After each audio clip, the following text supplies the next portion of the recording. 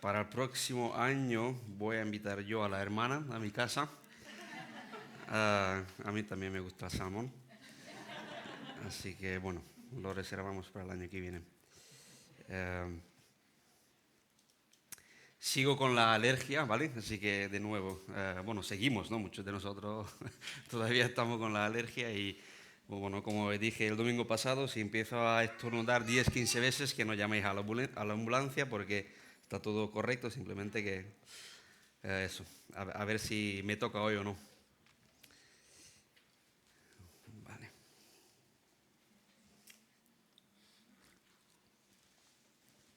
Bueno, hoy vamos a continuar la serie que tenemos sobre Lucas, aunque hoy no toca la genealogía como tal, me tocará un poco más adelante, pero agradezco la oración porque sí que es un pasaje, que tiene sus cosas, ¿no? Entonces, hoy vamos a estar con otro pasaje y, bueno, como siempre, antes de empezar el mensaje nuevo que nos tocará en esta serie que hemos titulado serie sobre exposición sobre Lucas, ¿no? Serie con ¿cómo era? Se me ha ido. A ver, Juanfran, está ahí en el PowerPoint. Con exactitud, verdad y certeza. Mira que yo misma la puse y ya no me acuerdo cómo se llama la serie. Antes de empezar con el mensaje noveno que nos tocaría hoy, vamos a repasar un poquito lo que hemos visto en la última, en la 8, que se titulaba El secreto de la espera. ¿Os acordáis que hemos hablado sobre la espera? Era un sermón más práctico, ¿no? Vimos en este pasaje el ejemplo de Ana, quien fue una mujer piadosa, pasó muchos años esperando al Señor y su espera no fue vacía ni pasiva, ¿no? En primer lugar, aprendimos que la espera correcta implica enfocarse en Dios, ¿no? Ana no vivió centrada en sí misma ni en sus circunstancias, sino en el Señor, ¿no? Perseverando en oración, adoración, comunión con Dios. Luego hemos visto en segundo lugar que debemos entender el propósito de la espera, porque Dios no desperdicia el tiempo, hemos dicho. Entonces, Él usa esos periodos para moldearnos, para enseñarnos, para prepararnos espiritualmente. Y bueno, la espera también forma parte de su obra, ¿no?, de santificación en nosotros. Y finalmente hemos contemplado la espera cristiana que debe vivirse de una forma activa, ¿no? No pasiva, sino activa.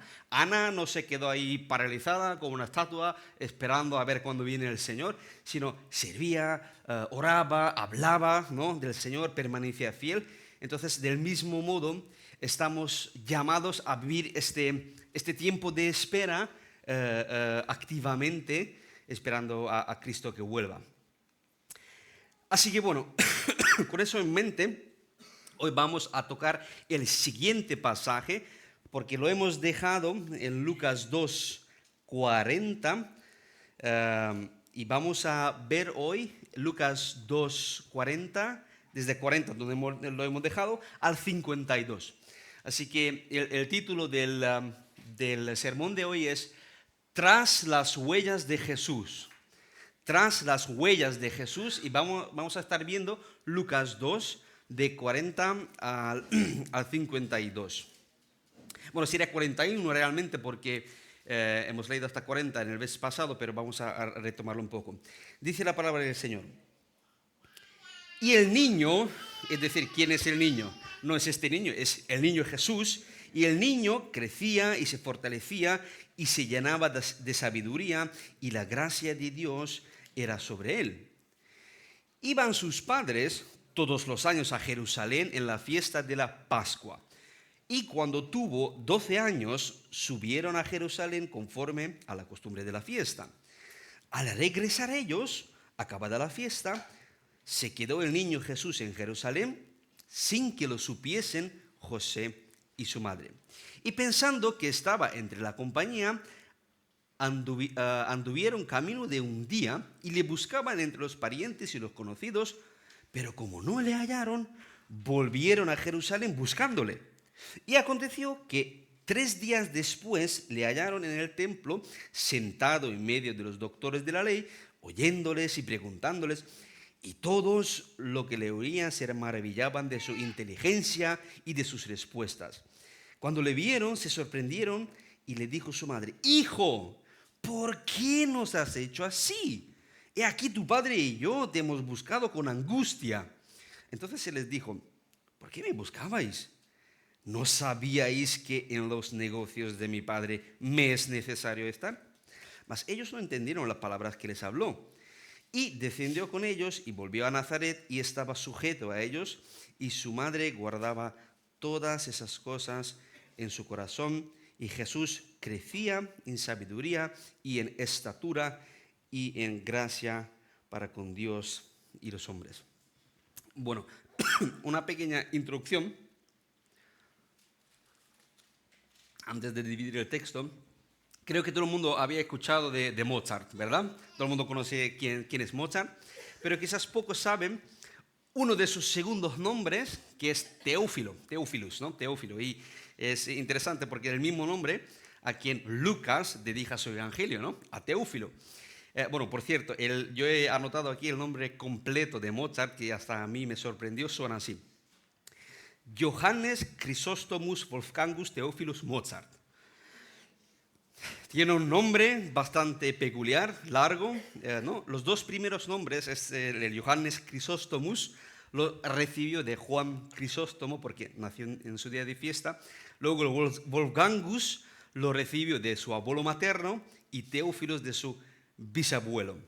Y bueno, hay muchos datos que aquí podríamos sacar, pero que, ¿no?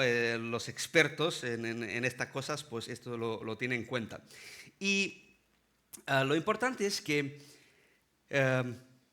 los expertos en Mozart tienen en cuenta su infancia, mucho. ¿Por qué? Porque los primeros años de Mozart, ¿no? Dicen que él era un genio, ¿verdad? Dicen que ya de niño, a los 4 años, ya tocaba el piano, a los 5 ya componía, a los 6 ya dio conciertos en el corte imperial de Viena, y pues después de eso pues embarcó en una gira europea y tocó en las cortes de reyes y gobernantes, y la gente lee esto y dice: ¡qué maravilla, infancia tan maravillosa! ¡Qué adolescencia más chulo tuvo Mozart!, ¿no? Vaya, y todos fascinados. Pero, ¿cómo fue la infancia de Jesús? ¿No? Leemos aquí en este pasaje. ¿Y de qué trataron sus años de adolescencia, de infancia? ¿No? Tenemos muchísimas preguntas al respecto. Y lo interesante es que, como sabéis, los evangelios hablan poquísimo, muy poco sobre los años de la adolescencia e infancia de Jesús. Y bueno, los evangelios hablan del nacimiento y luego prácticamente, ¿no? Hay un corte y ya remontamos a su ministerio público cuando empieza, ¿no? Nadie, entre su infancia y ministerio público, por así decirlo, hay un gran vacío, ¿no? Allí no conocemos mucho. Podríamos decir que prácticamente 90% de su vida no sabemos nada, ¿no? De la vida de Jesús. Sabemos muchísimo en los últimos 3 años lo que hizo, porque todo el mundo escribía de eso, y ahora veremos por qué, pero de este periodo intermedio apenas tenemos información.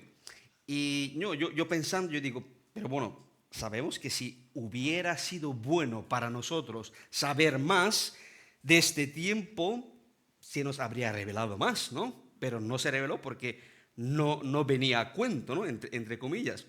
Y hermanos, nosotros podemos estar muy agradecidos a Lucas, porque Lucas, de ahí el título, siguió, ¿no? Los pasos de Jesús, las huellas de Jesús, y podríamos decir que fue tras Jesús recopilando diligentemente información, todo lo que podía.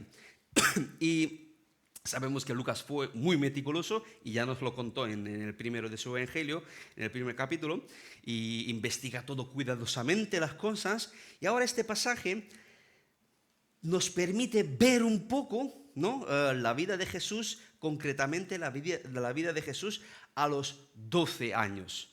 A los 12 años. Ahora veremos por qué 12 años, ¿no? Sabemos que esta etapa de la vida es decisiva en un niño judío. A los 12, 13 años los niños judíos se volvían prácticamente autónomos, responsables ¿no? En sentido religioso, lo que significaba que ante Dios ya no respondían por ellos sus padres, sino que ellos mismos respondían por sí mismos. Es decir, prácticamente los 12, 13 años entraba en la edad adulta, no, solo entre paréntesis. ¿Dónde estamos nosotros de eso en la sociedad de hoy? ¿No? Jóvenes de nuestra sociedad con 20, 30 años más, ¿no? Todavía son niños, inmaduros, irresponsables, ¿no? Y en aquella época, a los 12, 13 años, los muchachos prácticamente ya en edad adulta, ¿no? Y tenían que asumir la responsabilidad por sí mismos. Y Lucas nos da una idea de esto, ¿no? Surge la pregunta que, ¿no? Y bueno, tenemos curiosidad, ¿no? de por qué las Escrituras no se ocupan de este periodo intermedio. Y bueno, algunos dicen que porque los contemporáneos conocían a Jesús, crecieron con él, muchos vieron la vida de Jesús, muchos lo conocieron, estaban familiarizados con su vida, todavía vivían, ¿no? en tiempos de Lucas.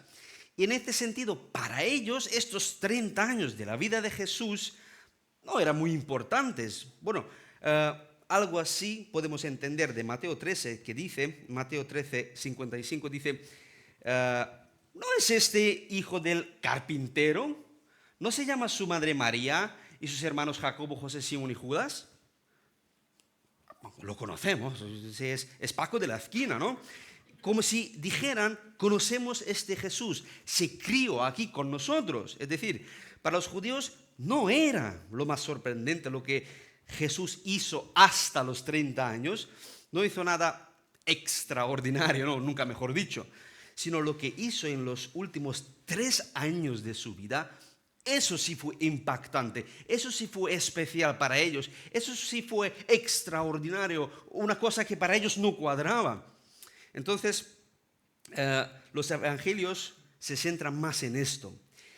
Y bueno, sabemos que los escritores podrían haber escrito muchísimas cosas sobre la vida de Jesús, porque si escribieron durante 3 años tantas cosas, imaginados en 30 años, ¿no? Como dice Juan 21, 25, y hay también otras muchas cosas que hizo Jesús, las cuales si se escribieran una por una, pienso que ni aún en el mundo cabrían los libros que se habrían de escribir. Y ya con esto no hay que decir más. Así que estamos limitados así, los evangelios se limitaron a decir lo esencial, ¿no? Para nuestra salvación, para lo que importaba realmente, y no ir por las ramas, ¿no? Entre comillas. Así que Juan, Lucas, a pesar de todo, nos escribió un poquito de la infancia, de este periodo de Jesús. Y bueno, al mismo tiempo yo os digo que no os desaniméis, no penséis que hemos perdido algo importante, que nos hemos quedado sin algo, sin alguna información importante, hemos perdido algo, porque lo que está escrito sobre Jesús en los 4 evangelios es más que suficiente para nosotros. No nos hemos perdido nada. Y sabemos que Lucas sabía escribir de una forma muy concisa, muy breve. Y bueno, si le preguntaríamos qué pasó a Jesús entre su nacimiento y a sus 12 años, creo que nos respondería con el versículo 40, que decía, bueno, y el niño crecía y se fortalecía y se llenaba de sabiduría y la gracia de Dios sobre él. Luego le preguntaré, vale, pero ¿qué pasó entre los 12 años y a los 30 años? Entonces nos responderá con el versículo 52. Y Jesús, ya veis, ya no es el niño, ya es Jesús. Dice, y Jesús crecía en sabiduría y en estatura y en gracia para con Dios y los hombres. Aquí está todo resumido. Ya está, no tienes que saber más. Aquí está todo resumido. Y con esto Lucas obviamente no quiere decir que los 30 años de Jesús antes de su ministerio público no fueran importantes. Estos 30 años sí que fueron importantes y sabemos que si algo hubiera pasado en este tiempo que fuera importante nosotros saber, Dios por su Espíritu Santo nos lo habría revelado, ¿verdad? Y si en este tiempo hubiera pasado algo, una desobediencia de Jesús, cualquier cosa, pues no podría ser nuestro Salvador, Jesús. Entonces nos tranquiliza muchísimo lo que dice el versículo 51, dice, y descendió con ellos y volvió a Nazaret y estaba sujeto a ellos. Esta palabra, estaba sujeto a ellos, no es, si consultamos a la raíz, no es algo puntual, es continuo. A los 118 años y hasta que murió, estaba siendo sujetos a ellos, es decir, obediente. Pero bueno, Lucas resume estos 30 años de esta manera y aún así nos dice mucho más de lo que nos dicen los otros 3 evangelistas. Pero bueno, ya para entrar en materia, ¿qué pasó en este periodo? Y bueno, basando en el registro de Lucas, en este pasaje aquí, me gustaría que examináramos 2 fundamentos más generales y uno más específica. 2 más generales y uno más específica, y de ahí salen los puntos de hoy. El primer punto es la humanidad de Jesús, versículos 40 y 52, el crecimiento de Jesús, del 40 y 47, y luego la misión de Jesús, 48, 52. Humanidad, crecimiento y misión. Vamos a leer los versículos 40 y 52. Dice, y el niño crecía y se fortalecía y se llenaba de sabiduría y la gracia de Dios era sobre él. Y 52. Y Jesús, o sea, este niño, y Jesús crecía en sabiduría, en estatura, en gracia para con Dios y los hombres. Bueno, ¿cuál es el primer fundamento general? Que, bueno, durante este periodo de tiempo, por extraño que parezca, Jesús creció físicamente. ¿Cómo imaginamos a Jesús cuando era niño? Porque muchos de nosotros muchas veces pensamos directamente a un Jesús adulto, ¿verdad? Enseñando, haciendo milagros, muriendo en la cruz. Pero pocas veces pensamos en el periodo de antes, cuando era niño. Entonces Lucas nos deja una ventana un poco abierta, ¿no? Para ver estos años silenciosos. Y creció en sentido físico. Y esto parece algo trivial, ¿no? Común, evidente por sí mismo, pero admitamos que rara veces pensamos, ¿no?, en esto, que Jesús creció, ¿no? El versículo 40, y el niño crecía y crecía en sabiduría, en estatura, es decir, en sentido físico. Y a veces estamos tan fascinados con la deidad de Cristo que no sabemos qué hacer con su naturaleza humana, con su cuerpo humano. Queremos tanto preservar, defender la divinidad de Cristo, ¿no? Lo cual por un lado obviamente está bien, ¿no? Está correcto, pero al mismo tiempo no sabemos cómo manejar la humanidad de Jesús, su naturaleza humana, y quizás a veces se queda un poco como marginada o apartada en segundo plano. Por cierto, en la historia de la Iglesia, sabéis que hubo diversas desviaciones, falsas enseñanzas, que aquí también hemos hablado en la iglesia de ellos en varias ocasiones, que también partieron de la idea de que la divinidad de Cristo es muy importante, importantísimo sobre todo, y se olvidaron de la humanidad de Cristo. Y muchos decían que sí, claro, Jesús estuvo aquí en la tierra entre nosotros, parecía como si hubiera sido humano, pero en realidad no fue humano, solo fue Dios, ¿no?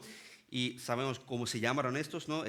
Los docetistas, el docetismo, que dicen que todo era una ilusión, ¿no? Y en realidad era solo Dios, ¿no? Este término docetismo viene del griego dokein, que significa parecer, ¿no? Parecer, que no es real. Entonces, esta herejía cristiana que fue condenada, obviamente, enseñaba que Jesús no tuvo un cuerpo físico real, sino que aparente.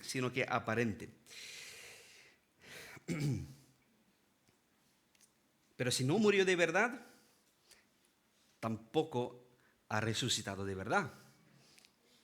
Hay que ser lógico. Entonces dice 1 de Juan 4:2, en esto conoce del Espíritu de Dios. Todo espíritu que confiesa que Jesucristo ha venido en carne es de Dios. Y bueno, Lucas, entre otras cosas, en estos versículos quiere enfatizar que sí, Jesús creció como un ser humano, como un niño normal, nació y luego creció. Y bueno, puedo imaginar a Lucas, ¿no? Como médico, si hubiera estado ahí al lado de Jesús, sabemos que no lo estuvo, pero bueno, lo habría examinado anualmente, un análisis de sangre, habría anotado los resultados de su examen en su ficha de historial, ¿no? Es más, no sé si vosotros lo habéis hecho alguna vez, pero antes, ¿no? Antiguamente se hacía que se ponía el niño en el marco de la puerta y se trazaba una línea, una muesca, con 2026 aquí. ¡Pum! Entonces, el año que viene, vente otra vez y ya estamos aquí, y otra línea. Entonces, de ese modo, los padres controlaban o veían cómo está creciendo su niño, ¿verdad? Entonces, si Lucas habría mostrado, ¿no? Si hubiera estado ahí, mira, ya creció tanto, del año pasado ya tanto, y creció, ¿no? Porque también tenía naturaleza humana. No, rara vez pensamos en Jesús como alguien que creció. Y bueno, rara vez podríamos imaginar, ¿no? un niño Jesús que gatea, que se arrastra por el suelo, que una vez tuvo que aprender a caminar, ¿no? Jesús, lo creas o no, una vez tuvo que aprender a caminar y lo aprendió tan bien que luego cuando se hizo adulto ya podía andar hasta sobre las aguas, ¿no? Broma, sabemos que no fue por eso, pero bueno, Jesús no siempre supo caminar, fue un niño pequeño como nosotros en su momento y a veces se caía y cuando Jesús se caía se hacía rasguños en las rodillas, en los codos y María los tiene que vendar sus heridas, ¿no? Podemos imaginar a un Jesús así, ¿no? Vendado y no vino flotando sobre el suelo como si fuera un fantasma espiritual. Jesús también tuvo su infancia, tuvo su periodo de jugueteos y llegaba a la casa reventado y se dormía nada más llegar a casa, reventado como los niños hoy en día que lo ponemos en el coche, en la sillita y a los 2 minutos ya están reventados y ya están durmiendo, ¿no? Y luego todo el día ya no duermen. Así que Jesús también pasó, ¿no? Por esa época. No, ya no hablando sobre los dientes de leche y luego sonriéndote y todo eso. Es decir, si nosotros imaginamos realmente y pensamos que Jesús sí tenía naturaleza humana, todo esto cobra sentido.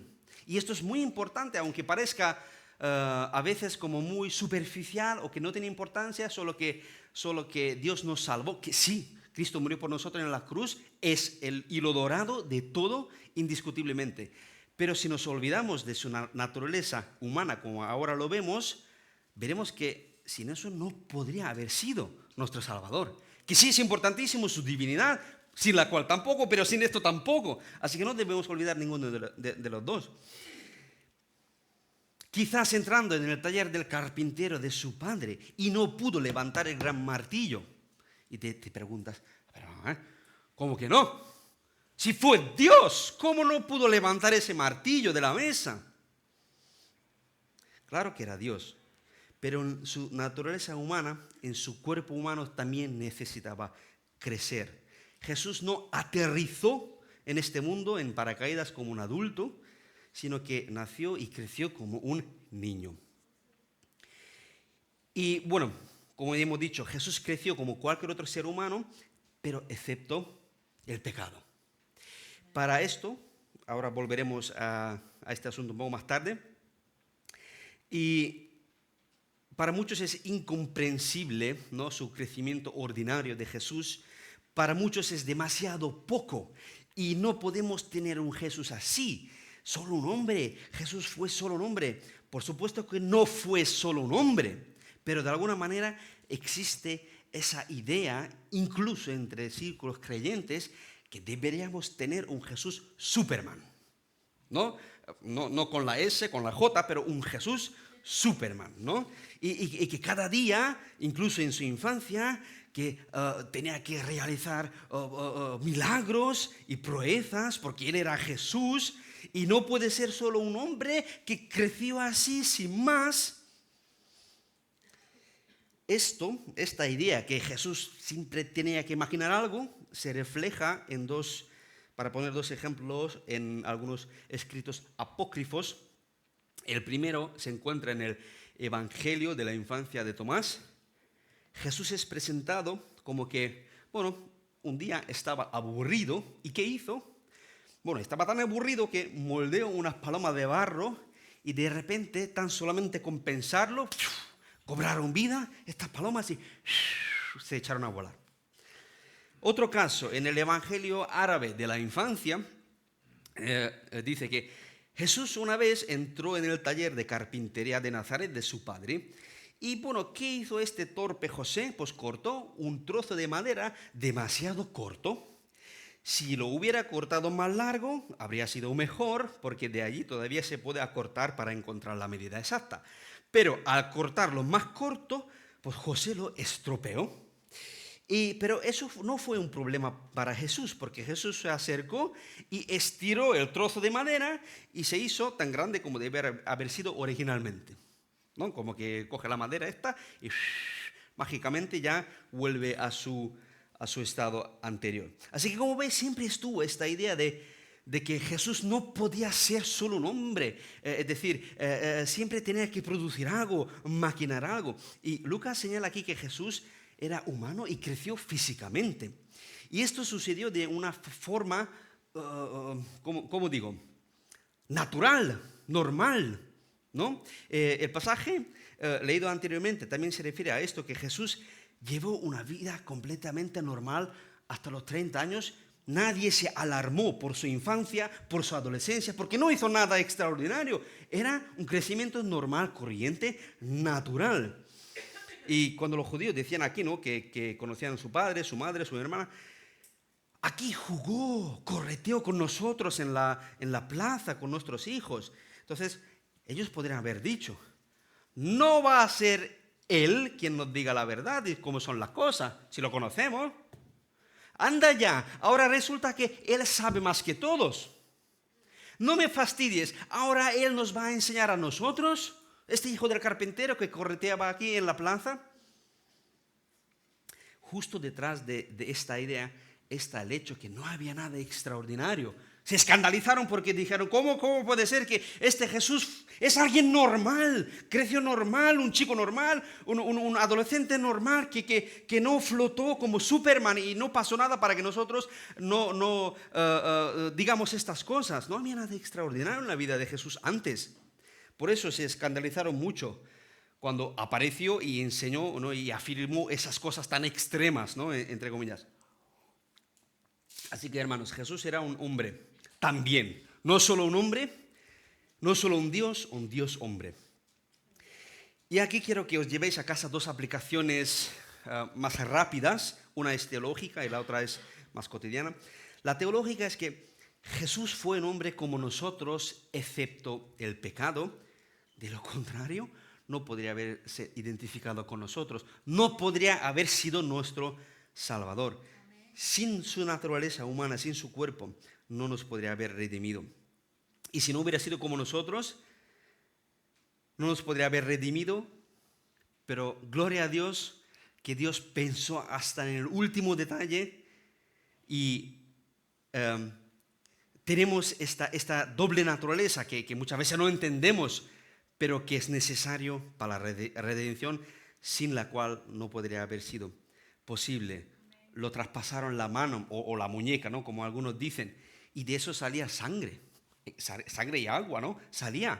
Realmente era un hombre de verdad. Dice Pedro en 1 de Pedro 2:24, quien llevó él mismo nuestros pecados en su cuerpo sobre el madero, para que nosotros, estando muertos a los pecados, vivamos a la justicia, por cuya herida fuisteis sanados, ¿no? Como comentamos, un fantasma no puede tener heridas. Él llevó nuestros pecados. Y la naturaleza humana de Jesús, su cuerpo humano, en ese sentido, desempeña un papel muy importante en nuestra salvación. Y la aplicación cotidiana para las queridas madres que ahora están criando niños pequeños, ¿no? Cuando hay tantos problemas con el niño se cae, muchas veces entramos en pánico y hay casos así, nos asustamos.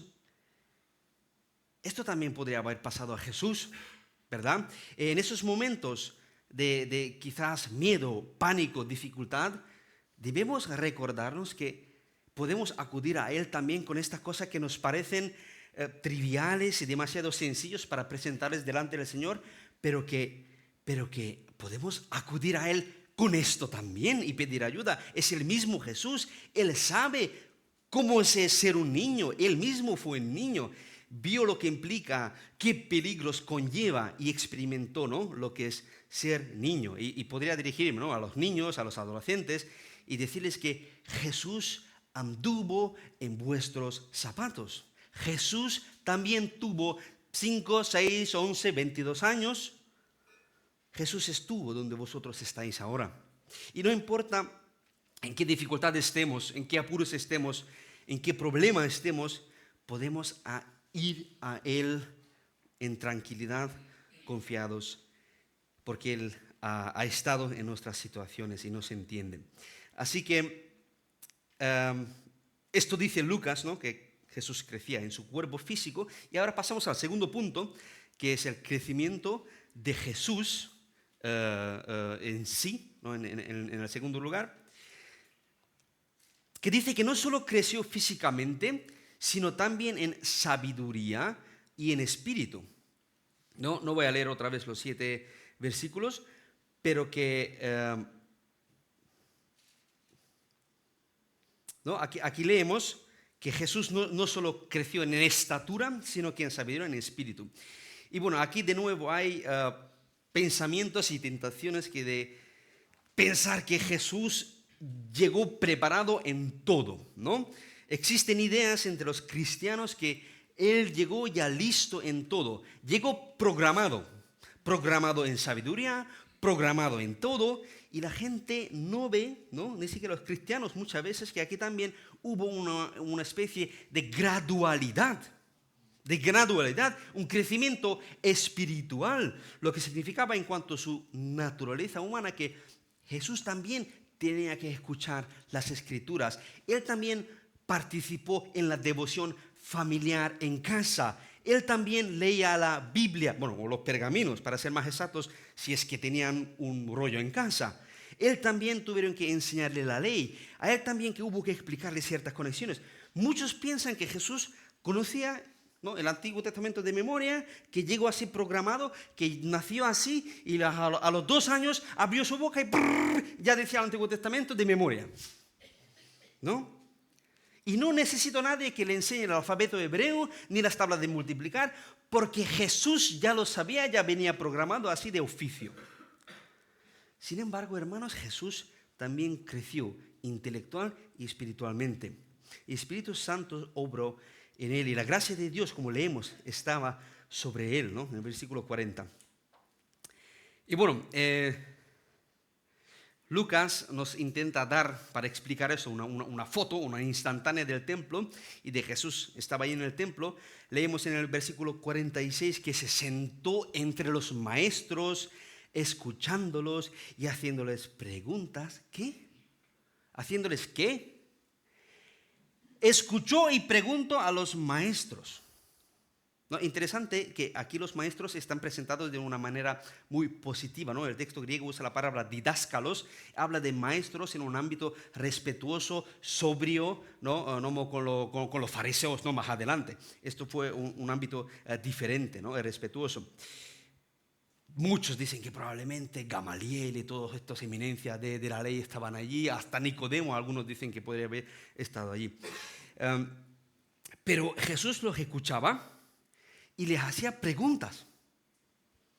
Por supuesto, hubo un diálogo. Él también dijo cosas. De hecho, leemos que se maravillaron, ¿no? El versículo 47 dice que se maravillaron, ¿no?, de sus respuestas, de su entendimiento. Pero fundamentalmente preguntó. Quien lo sabe todo, no pregunta, no quiere saber más. Si yo lo sé todo, ¿para qué voy a estar escuchándote o preguntándote una cosa que ya lo sé?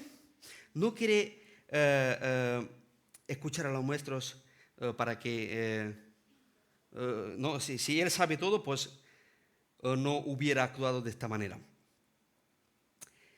Entonces Jesús sí tuvo que aprender, y aquí hay un equilibrio teológico, ¿no?, muy, muy delicado y interesante, ¿no? Mirando, no sé si vosotros habéis visto alguna vez, yo supongo que sí, esos cuadros que muchas veces pintaron a Jesús, ahí está, ¿no? Pintaron a Jesús estando en el templo, ¿no? Entonces lo pintaron, ¿y cómo lo pintaron? Pues lo pintaron de esta manera, que Jesús está en un pedestal, aquí, con la aureola, ¿cómo se dice eso? ¿No? Eso. Y está allí enseñando los doctores de la ley y haciendo preguntas difíciles, preguntas trampa, y ellos rascando la cabeza, ahora que vamos a responder a esta pregunta que nos hizo y nos descolocó. Y lo pintan de esta manera como que él estaba encima de todos, enseñándoles ellos a todos. Y esta representación, obviamente yo no espero que los pintores estos no creyentes entendieran la profundidad teológica, lo que conlleva esto, pero esta ilustración no es correcta, no es correcta. Y como mínimo estaban en el mismo nivel, ¿no? Ellos también le preguntaban a él también les preguntaba a ellos. Y Jesús también aprendió. No estaba enseñando como, sentaros y ahora escuchadme, que yo os voy a enseñar cosas que no sabíais. No, eso lo haría más tarde. Eso lo haría más tarde durante su ministerio público, que está enseñando.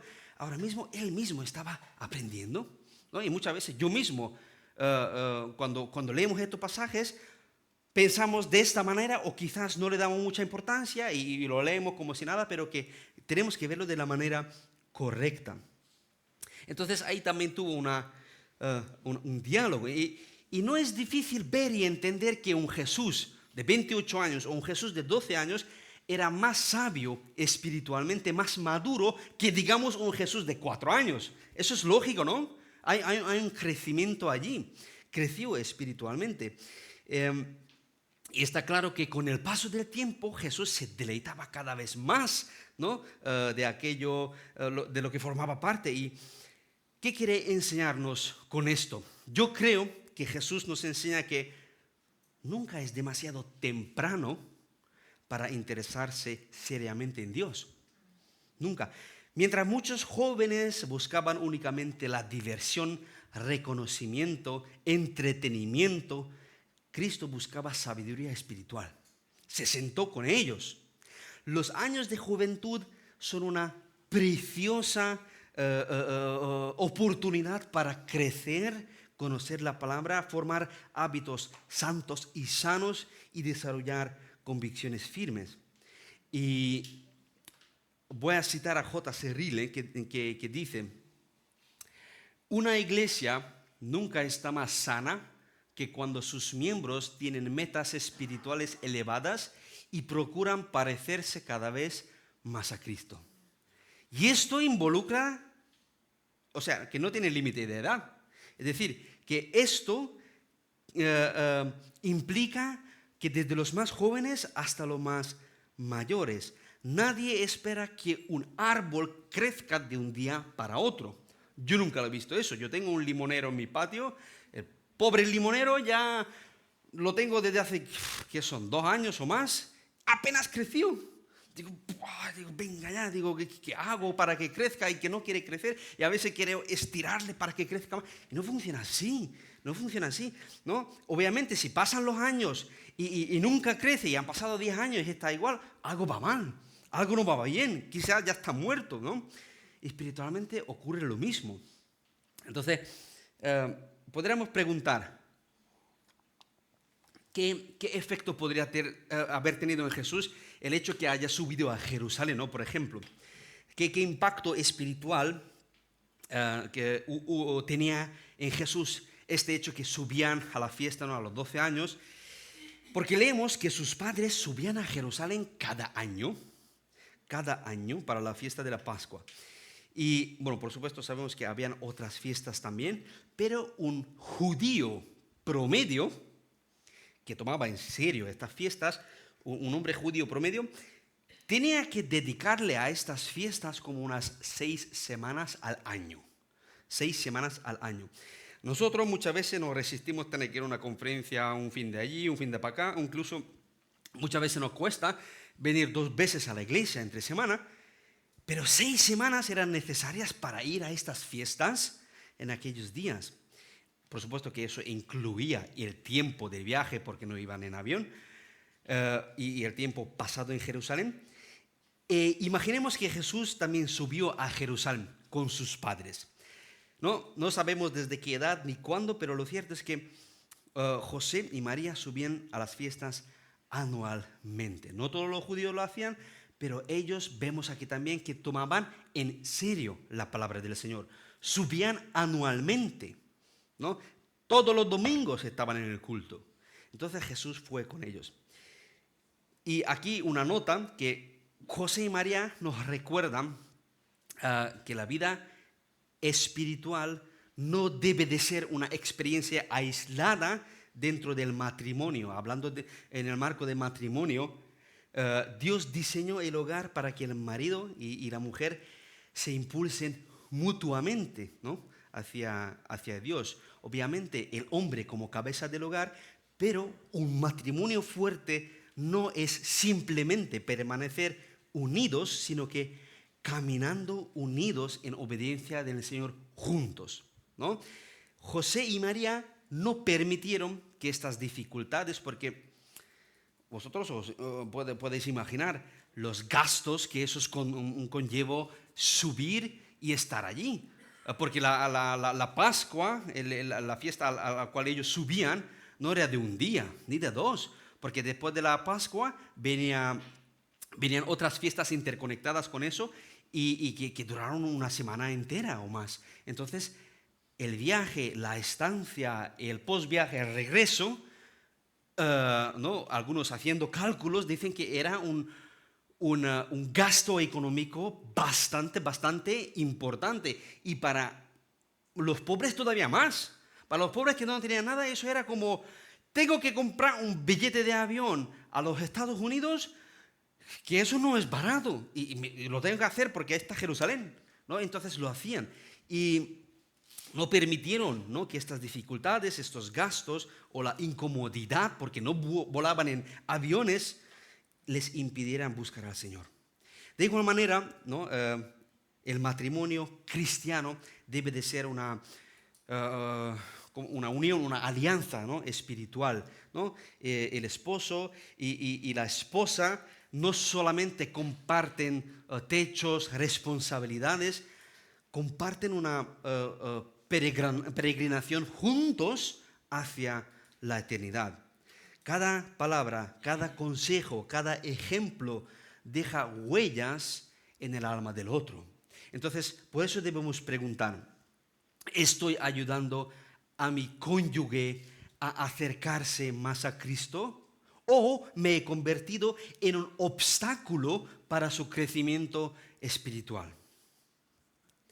Y bueno, volviendo, ¿qué efecto pudo haber tenido esto en la vida espiritual de Jesús? ¿Jesús dónde vivía? En Nazaret. En Nazaret. Era un pueblo pequeñísimo, apartado, sin rutas comerciales que atraviesen Nazaret. Es decir, si tú no salías de Nazaret, no te encontrabas con nadie. No te encontraba con nadie. No era como que, qué chulo ese pueblo, en Booking.com reservo un Airbnb, y en TripAdvisor me han dicho que hay y voy a Nazaret. Sí. Si tú no salías de Nazaret, no te encontrabas con nadie. Solo con esas, no sé, cientos de personas que vivían en ese pueblo, en ese pequeño pueblo.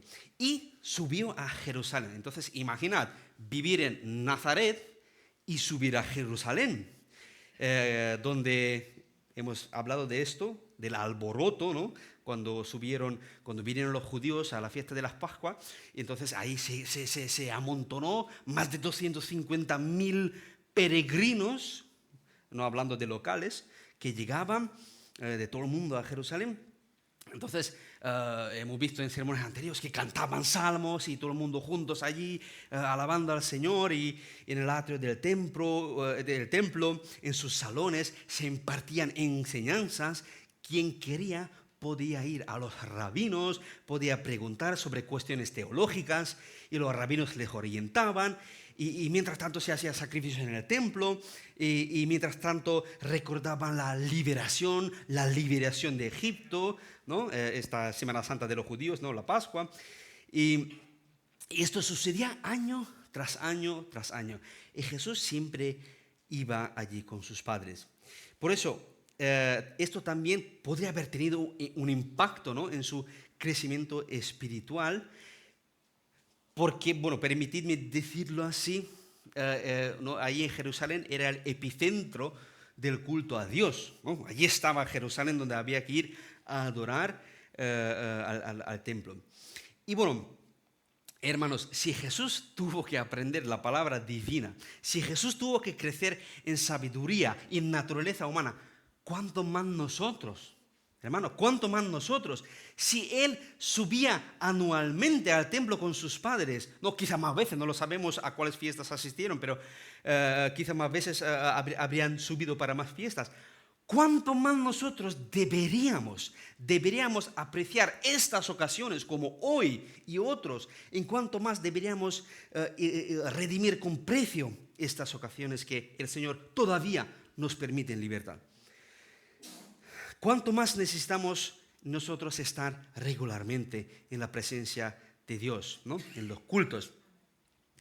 ¿Cuánto más deberíamos traer también a nuestros hijos, ya que los niños también estaban allí? Porque aquí llevaron al niño Jesús, no le dijeron que, hijo mío, ya lo entenderás cuando tengas 18 años. Ahora no entienden nada de esto, así que quédate en casa, juega con tus amiguitos porque no te enteras, y ya luego cuando tiene la madurez viene con nosotros. Jesús fue con ellos siempre. Recordad lo que dijo el tentador, ¿no?, el Satanás, más tarde a Jesús cuando lo tentó en el desierto 3 veces. ¿Qué le dijo Jesús? Escrito está, escrito está, escrito está. Esto significaba, ¿no?, indirectamente, de él había oído, él había leído, esto escrito está. Él conocía, él no dijo, yo sé todo esto de arriba cuando estaba yo con mi padre, ya lo sabía. Él dijo, escrito está. Su naturaleza humana se nutría de lo que aprendía también. No pensemos que podemos ahorrarnos y acortar nuestra preparación espiritual, nuestro desarrollo, no ocupándonos de aquello de lo que se ocupó Jesús. No podemos. Jesús creció espiritualmente y en sabiduría. Nosotros también lo necesitamos. Tenemos que seguir también sus pasos en esto. Pero bueno, pasando al tercer punto, Jesús no solo crecía, también sabía perfectamente a dónde se dirigía. En los versículos 48 al 52 dice, cuando le vieron a Jesús, se sorprendieron y le dijo su madre, hijo, ¿por qué nos has hecho así? He aquí tu padre y yo te hemos buscado con angustia. Entonces él dijo, ¿por qué me buscabais? ¿No sabíais que en los negocios de mi padre me es necesario estar? Mas ellos no entendieron las palabras que les habló. Y descendió con ellos y volvió a Nazaret y estaba sujeto a ellos, y su madre guardaba todas estas cosas en su corazón. Y Jesús, ya no es el niño, sino que y Jesús crecía en sabiduría, en estatura, en gracia para con Dios y los hombres. Bueno, aparte de estos 2 puntos que hemos visto, más generales, hay una situación concreta y nos ofrece un panorama, ¿no?, ya que Jesús lo encontramos aquí en el templo, conversando con los escribas, y podríamos encontrar 3 detalles, 3 anotaciones que es digno mencionar, ¿no? Es como es triplemente emocionante, triplemente interesante. ¿Por qué? Bueno, primero, leímos que Jesús fue perdido por sus padres, ¿no? Ocurre este incidente, al menos no encuentran a Jesús y podemos imaginar esta situación, ¿no? Quien tiene niño puede imaginarlo perfectamente de lo que estoy hablando ahora mismo. Y bueno, uno puede entrar en pánico. De hecho, no hace falta buscar estas historias en la Biblia, nosotros las sabemos bien por nosotros mismos.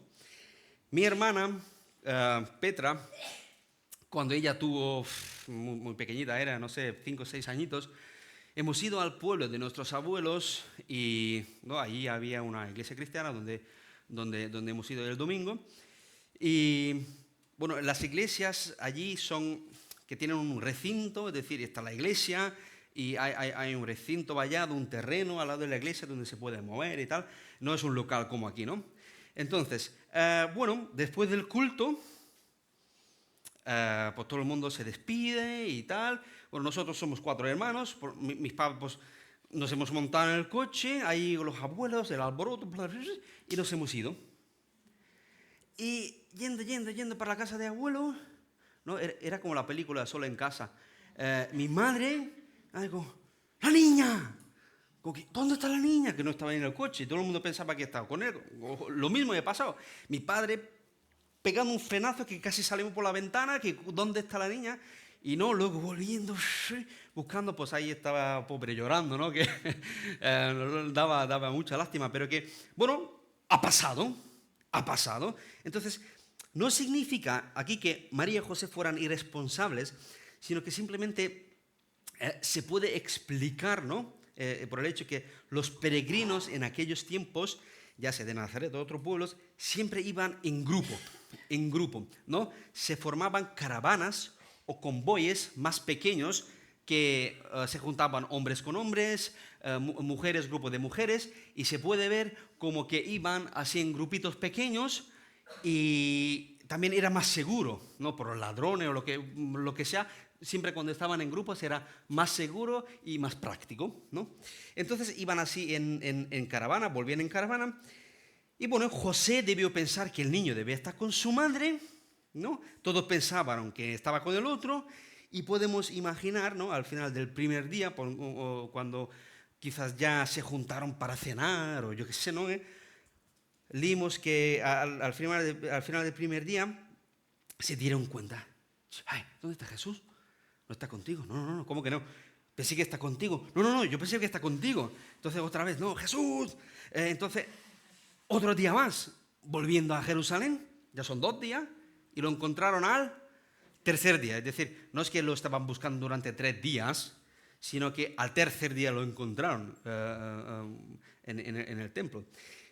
Entonces, claro, una historia bastante emocionante, ¿verdad? Muchas emociones. Y por supuesto, yo no le deseo a nadie que pierda a su hijo durante 3 días. Así que, ¿no? Desde ese punto de vista, la historia también es muy emocionante. Y surge la pregunta típica. Entonces Jesús pecó. Ya está. Los cristianos ya no podéis hacer nada, se derrumba vuestra fe porque Jesús pecó con esto. ¿No? En el versículo 48 dice, María le pregunta, hijo, ¿por qué nos has hecho esto? Tu padre y yo te estamos buscando angustiados. Entonces, ¿pecó o no pecó? ¿No? Que se extravió y no prestó atención a sus padres, que no le ha obedecido. ¿Qué ha pasado? Pues mi respuesta es que no, obviamente no pecó. Jesús no hizo nada que contraviniera el mandato de sus padres. A lo sumo, no hizo lo que sus padres suponían que haría. Sus padres pensaron, ¿no?, que seguro que los seguiría o estaría con ellos. Y aquí también juega mucho los 12, 13 años de adultez, ¿no?, que ya tenían cierta independencia, ¿no? Entonces, quizás Jesús ni siquiera lo vio cuando se marchaba del templo, se sumergió ahí en las conversaciones, simplemente no se dio cuenta. Pero yo no creo que Jesús deliberadamente haya ido contra algún mandato de sus padres, que José le haya dicho, Jesús, vamos. Entonces Jesús le haya dicho, no, ahora no vamos. Y vosotros, yo termino mi trabajo y voy. No surgió algo, no ocurrió algo así. Y la palabra nos deja con tranquilidad, diciendo en el versículo 51 que... y estaba sujeto a ellos. Estaba sujeto a ellos en tiempo continuo, es decir, continuamente. ¿Cómo podría Dios haberse complacido en él? ¿Cómo podría haber hallado agrado ante Dios si hubiera sido desobediente en esto? ¿Cómo podría haber sido nuestro Salvador si peca? ¿Cómo? No podría haber sido. En realidad la situación justo es contrario. María y José se olvidaban, ¿no? Se acostumbraban, por eso que creció tan naturalmente, de forma tan natural, tan normal, que ya se olvidaron que este Jesús es especial. Este niño no es un niño cualquiera que no vino al mundo para pasar la vida, sino que vino para salvar al mundo. Y se los olvidó porque creció con tanta naturalidad que aquí María y José como que no estaban a la altura, no estaban preparados, se les olvidó, no se dieron cuenta de quién era este niño, ¿no? Porque luego pregunta a Jesús y dice, pero ¿por qué me buscáis? ¿Por qué me buscabais? ¿No sabéis dónde debería estar? Un poco reproche, así muy humilde, sencillo, de parte de Jesús, diciendo que os habéis olvidado quién soy yo y para qué he venido, ¿no? Podría haber preguntado, ahora esto no está incluido, lo digo yo, ¿no? Que ¿por qué vinisteis aquí al templo como última opción? Deberías haberlo empezado por aquí. ¿No sabéis dónde buscarme? ¿No sabéis que este es mi lugar? ¿No? Querida madre, ¿dónde podría estar yo?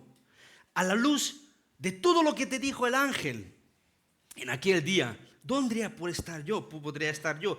A la luz de tu cántico que has cantado, ¿dónde podría estar yo? A la luz de lo que dijo Simeón, Ana, Elizabeth, todos, ¿dónde podría estar? No me he perdido, no me he extraviado, no me habéis perdido. En realidad estoy en casa, estoy con mi Padre. Entonces, el tercer pensamiento, porque hemos dicho que es triplemente emocionante este hecho, es que Lucas nos presenta, ¿no? Jesús aquí con los 12 años, que es plenamente consciente cuál es su tarea.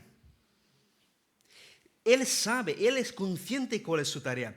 Podríamos decir que este versículo 49 es la ars poética de Jesús, ya que se expresa de esta manera, ¿no? Que leímos, ¿no sabíais que me es necesario estar en los asuntos de mi Padre? ¿Me es necesario estar en los asuntos de mi Padre?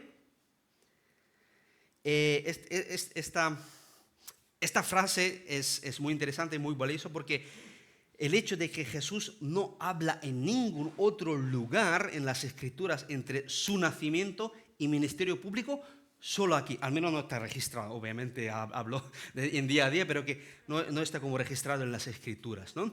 Entonces, habla mucho después de los 30 años, cuando empieza ya su ministerio público, pero desde su nacimiento hasta los 30 años, solamente tenemos esta frase. Y esta es la única frase, ¿no? que salen de su boca.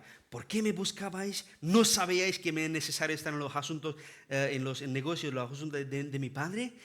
No dice, bueno, si tengo tiempo, si tengo un momento, entonces un día me ocuparé de esto. Al final de la fila ya, si eso, pues me ocuparé de los negocios de mi Padre, si eso. Sino dice, me es necesario, tengo que ocuparme de esto. Jesús es consciente cuál es su misión, por qué ha venido. Se está preparando, ¿no? Para ello.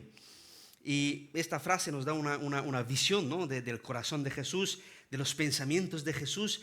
Él atiende al Padre, ¿no? Atiende a los asuntos del Padre, pone sus prioridades en orden, ¿no? Jesús vivía consciente de que pertenecía a la obra de su Padre, ¿no? Y esa misma conciencia debe marcar nuestras vidas.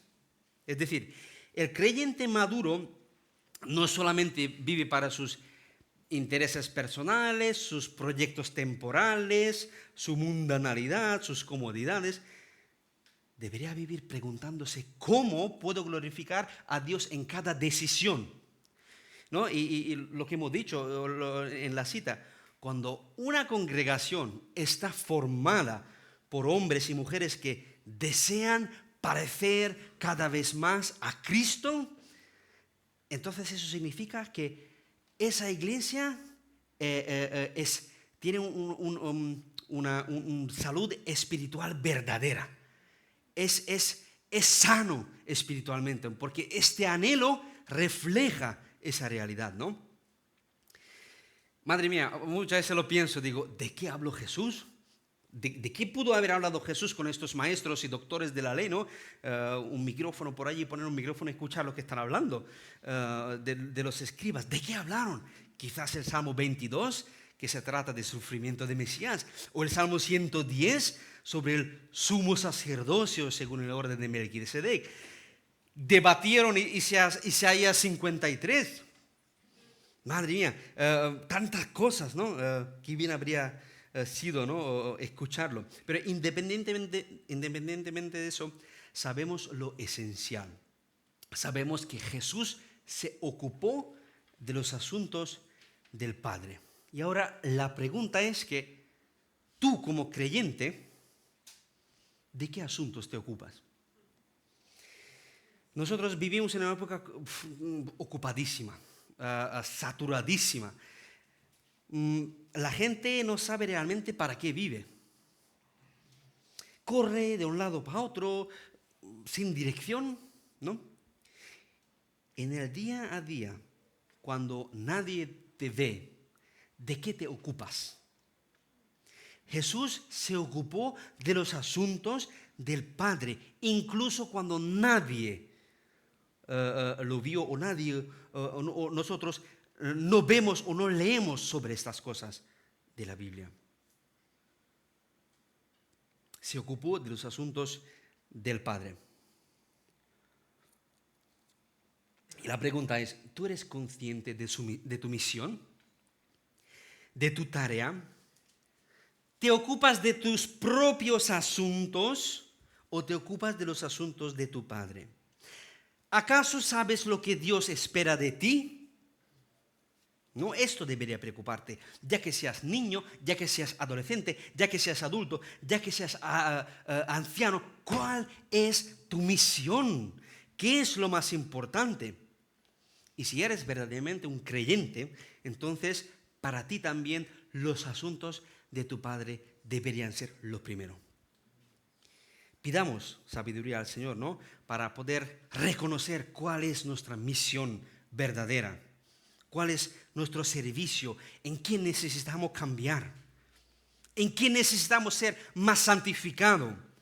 ¿No? Pidamos sabiduría, gracia, fuerza para poder cumplir esta misión, ¿no? La famosa reflexión de San Agustín dice: Señor, dame lo que pides y pídeme lo que quieras.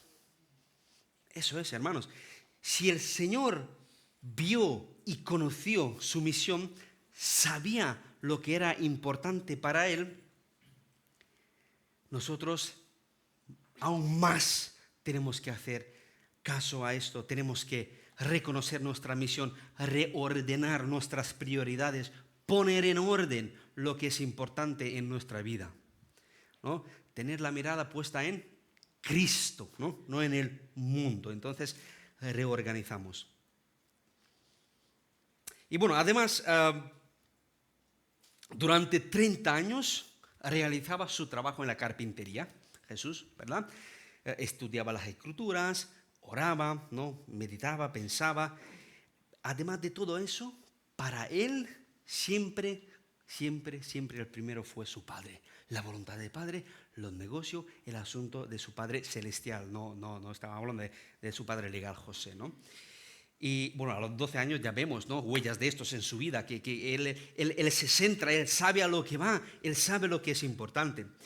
Entonces, yo pido al Señor que tenga misericordia de nosotros y nos conceda también un sentido de misión como este, para que podamos cumplir con esta misión para la gloria del Señor, para que podamos servirle y también para nuestro propio beneficio espiritual, ¿no? Cuando estamos ocupándonos de los asuntos de nuestro Padre Celestial, automáticamente al mismo tiempo nos hace bien, ¿no? Entonces, después de ver todo este pasaje, ¿no? Para ya ir acabando y cerrando, la pregunta importante no es solamente si admiramos a Jesús. La pregunta es, ¿le conocemos realmente?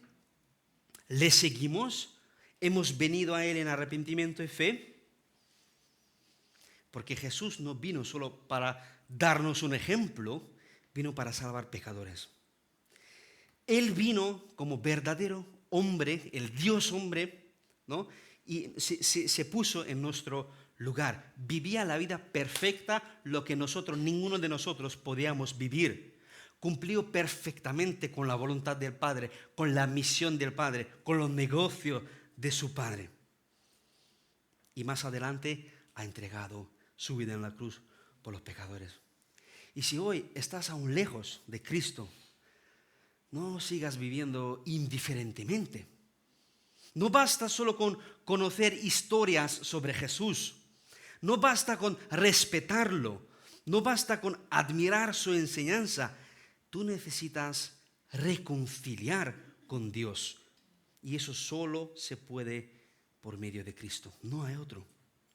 Arrepiéntete de tu pecado, clama al Señor, reconoce tu necesidad, ven a Cristo, como siempre decimos, mientras hay tiempo, aún hay tiempo. Porque este mismo Jesús que estuvo en el templo con 12 años, hoy reina glorificado a la diestra del Padre. Gloria al Señor. Y Él sigue llamando pecadores al arrepentimiento.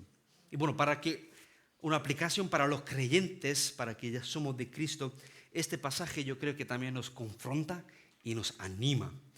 Porque vemos en Jesús un ejemplo perfecto de crecimiento espiritual, una obediencia, prioridades en su sitio, porque como hemos comentado, vivimos en una generación distraída, superficial, acelerada. Pero Jesús crecía en sabiduría, en gracia, en obediencia y en comunión con el Padre. Y nosotros también necesitamos crecer. No podemos conformarnos con una vida cristiana estancada. No podemos vivir años en la fe y seguir siendo inmaduros espiritualmente. Si tú eres un creyente verdadero, tú no puedes estar en el mismo nivel donde estuviste cuando te convertiste. Porque entonces algo va mal, como con el limonero. Si no crece, algo va mal. Debemos alimentarnos de la palabra, buscar al Señor, ocuparnos de los asuntos de nuestro Padre Celestial y también recordar algo importante, que Jesús vivió prácticamente 30 años en anonimato, ¿no? Antes de comenzar su ministerio público. Y esto nos enseña paciencia, ¿no? Formación, preparación. Dios no tiene prisa ni llega tarde, ¿no? Dios está obrando en todos los tiempos, así que permanezcamos fieles, sigamos creciendo, sigamos buscando al Señor y vivamos con nuestros ojos puestos en Cristo. Hemos visto 3 puntos en esta mañana para recapitular y cerrar el mensaje. 1, la humanidad de Jesús, ¿no? Hemos dicho que tenemos la certeza de que Jesús fue verdaderamente hombre. No cabe duda. Creció, aprendió, vivió sin pecado. 2, crecimiento de Jesús. Jesús creció en sabiduría, en gracia, en comunión con Dios, ¿no? Y esto nos ha mostrado la importancia del crecimiento espiritual y vivir alimentándolos, ¿no? de la palabra. Y 3, desde muy joven, Jesús entendía perfectamente para qué había venido, cuál era su misión, los asuntos de su Padre, ¿no? Toda su vida estuvo dirigido, orquestado para que cumpla la voluntad de Dios en su misión en la tierra. Así que cuanto más contemplamos a Cristo, yo creo que más entendemos que no hay nadie como Él. No hay nadie como Él. Él vino humildemente, creció entre nosotros, vivió perfectamente. Y esto sí que no lo entiendo, entregaría su vida por los pecadores como nosotros.